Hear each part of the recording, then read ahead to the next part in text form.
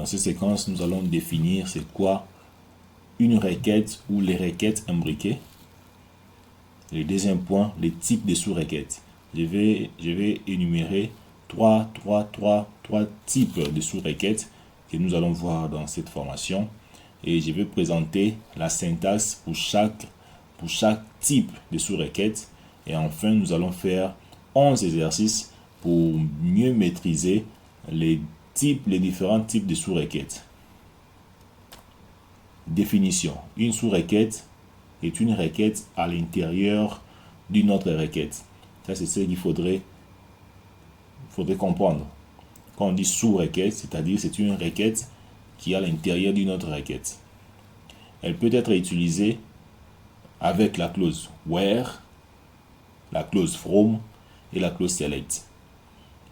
Voilà, donc la sous-requête, on peut l'utiliser avec dans la clause where, dans la clause from et dans la clause select. Type de sous-requête. Maintenant, on va voir dans la clause where. Dans la clause where, on dit, dans la clause where sert à filtrer avec les résultats d'une autre requête. Et je vais présenter la syntaxe. Ici, on a select. On précise la colonne de cette table qui est dans from. Donc, from, c'est le nom de la table. On précise la colonne. Et puis, where, on précise la colonne. On définit l'opérateur ici. Nous avons plusieurs opérateurs. On a l'opérateur arithmétique. On va préciser l'opérateur arithmétique. Ou soit l'opérateur logique aussi, on peut préciser. Et après, on va maintenant établir notre sous-requête. On fera select. On précise la colonne de la table qui sera définie dans from. Et puis, voilà. Ça, c'est la syntaxe de la clause where. Donc, le type de sous-requête dans la clause where. Et ici, j'ai donné un exemple pour illustrer la syntaxe. Ici, j'ai mis select all. Au lieu de préciser une colonne, j'ai affiché toutes les colonnes. Et from, j'ai précisé la table compte. Et where, j'ai mis solde. Le solde qui provient de la table compte, c'est un champ de la table compte qui est supérieur à la moyenne de la table compte. Vous voyez? Donc ici, on a voulu afficher, la moyenne du solde de la table compte. Et cette moyenne-là, on l'a appliquée comme sous-requête dans cette requête. Voilà un peu la syntaxe. Et nous allons faire 11 exercices pour mieux comprendre, assimiler ces concepts de requêtes imbriquées. Maintenant, on va voir la sous-requête dans la clause from. Ici, on dit sert à créer une table temporaire. C'est-à-dire, lorsque nous utilisons la sous-requête dans la clause from, on va créer une table temporairement. Donc, une table va se créer temporairement lorsqu'on va afficher les résultats. Et la syntaxe, on a select alias point colonne, c'est-à-dire la table, le nom de la table, on a renommé la table. Par exemple, on a la table client, on met select nom from client as c ou bien client c, c'est-à-dire les noms là, les c là, c'est ce qu'on appelle alias point colonne. On va voir ça avec les exemples. Et from, dans la clause from, maintenant on va pas préciser le nom de la table, on va maintenant établir notre sous-requête. On fera select. Ici, on va préciser, dans les 3 points ici, on va préciser les noms de colonnes. From, on précise le nom de la table. Et puis enfin, on va renommer, on va donner un nom temporairement, les noms temporairement de cette sous-requête. On va les renommer temporairement. Et enfin, on va établir une condition avec la clause where. Ici, j'ai énuméré select all, from, select, ID utilisateur, on compte. Et compte, on veut compter. On compte quoi? On va compter as, on a donné un nom temporaire as NB, nombre. On veut compter le nombre de comptes des utilisateurs. Et puis enfin, on a établi le groupe by pour filtrer On a établi le cours bas ici. Voilà. Et puis ici, on a renommé notre from par T. Lorsqu'on va exécuter, ça va créer une table temporaire. La clause, maintenant, on va voir la sous-requête dans la clause select. Ici, nous avons dit sert à calculer une valeur par ligne. Elle crée une colonne supplémentaire basée sur un calcul externe. Syntaxe select colonne 1. On établit maintenant cette fois-ci la sous-requête dans select, dans la clause select. On fera encore ici, on ouvre les parenthèses, select calcul barre colonne, c'est-à-dire on peut établir un calcul ici, ou on peut afficher la colonne from table 2 where on établit notre condition. On ferme la parenthèse et on peut renommer on va renommer la table as non colonne. On va renommer temporairement cette sous-requête et from on précise la table 1, c'est-à-dire on précise la table 1 dans la clause from. Exemple, on va afficher les noms et dans la clause from on va compter le nombre de comptes des utilisateurs. C'est-à-dire on fait compte from compte C where, donc C c'est ça, c'est ce qu'on appelle alias. Alias c'est ça, c'est les C ici. On a renommé temporairement les noms de notre table compte par la lettre C. Where on établit la condition ici parce que les deux tables, la table utilisateur et la table compte sont en relation. Et voilà, on a établi ici dans la condition. Et on renomme notre sous-requête as nombre de comptes. Et ici, on appelle maintenant la table utilisateur qui est renommée temporairement par U. Voilà comment je vous ai présenté, je vous ai défini d'abord c'est quoi une sous-requête dans la clause select, dans la clause from, dans la clause where, et puis je vous ai présenté chaque syntaxe, comment utiliser ces clauses, et enfin je vous ai illustré quelques exemples pour voir comment l'utiliser. Maintenant on va passer aux exercices. On va faire quelques exercices, 11 exercices pour mieux assimiler tout ce que je viens de dire en théorie. On a 11 questions. Si ça ne finit pas, je vais aller dans une autre vidéo pour que cette vidéo ne soit pas trop long. La première question, solde supérieur à la moyenne. Afficher les comptes dont le solde est supérieur à la moyenne. La deuxième question, utiliser avec compte VAD. Qu'est-ce que tu avais demandé? Afficher les utilisateurs qui ont au moins un compte. Troisième question, afficher les transactions supérieures à la moyenne. Pour finir, dans cette vidéo, afficher les clients ayant au moins une facture. Voilà, je vais aller dans notre SQL Management Studio, SQL Microsoft SQL Server Management Studio. Voilà, je vais cliquer sur nouvelle requête. On est ici, dans notre table. Ici, c'est la table, la base de données par défaut, master. Mais nous avons besoin d'utiliser cette base de données financière, gestion financière. Je vais faire use. Je précise le nom de ma base de données, gestion financière. Comme ça, point virgule, F5. J'exécute. On me dit quoi? Ici, ça change. Vous voyez? Ce n'est plus master, c'est maintenant gestion financière. Très bien. Maintenant, nous allons prendre ces exercices. On va les coller ici pour ne pas revenir à tout moment, à chaque temps. Ici, voilà, je copie. Je viens avec ça ici. Pas bien. Voilà, ici comme ça. Je vais baisser ça. Comme ça. Je mets les commentaires.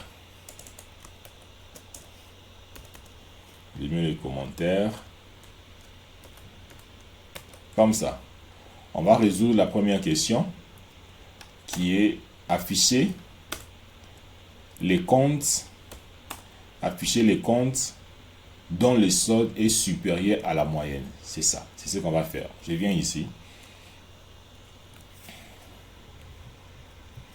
Je fais select.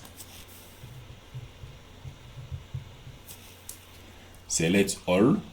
Et je dois arrêter, je dois fermer ici. Sinon, ça ne marchera pas. J'ai mis en commentaire, je préfère chaque question avec sa réponse. Comme ça, je viens ici. Je viens ici. Voilà. Je viens ici. Comme ça, voilà. Et pour finir, ici. Comme ça, voilà. Je viens ici, on me dit d'afficher les comptes dont le solde est supérieur à la moyenne. Je ferai select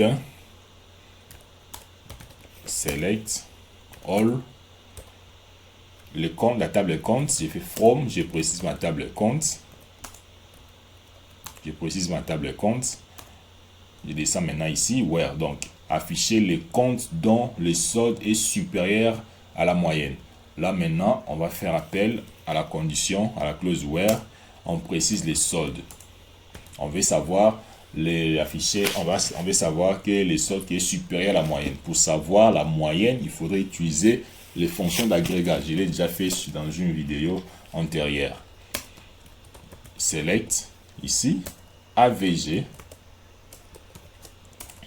AVG, c'est une fonction d'agrégat qui permet de calculer la moyenne. AVG, je précise la table solde, comme ça, from, compte.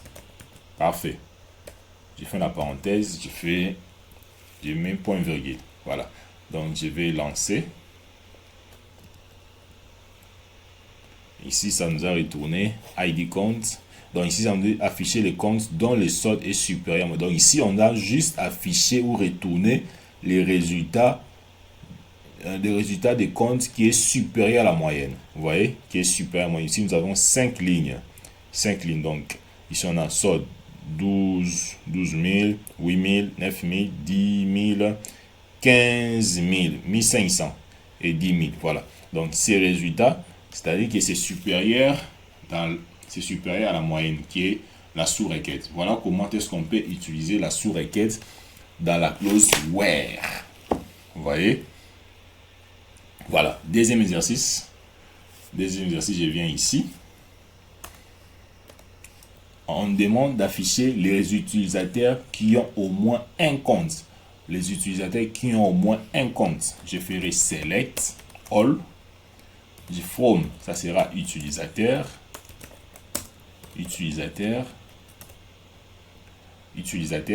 Et puis where sera l'ID de l'utilisateur.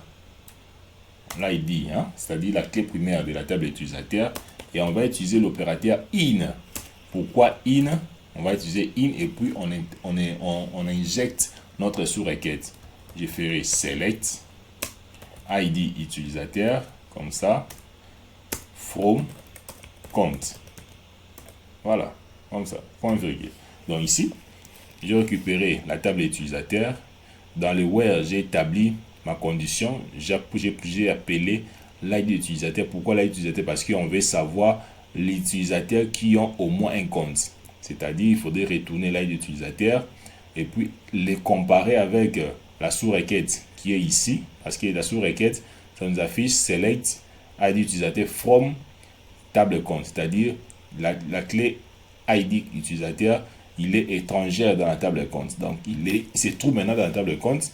Si on retourne seulement la sous-requête, on va voir ce que ça va nous retourner. Ça nous retourne 10 lignes. 10 lignes. Maintenant, lorsqu'on va sélectionner, on va voir, ça nous a retourné aussi 10 lignes. C'est-à-dire, nous avons affiché les utilisateurs qui ont au moins un compte. Voilà comment on peut utiliser la sous-requête dans la clause from.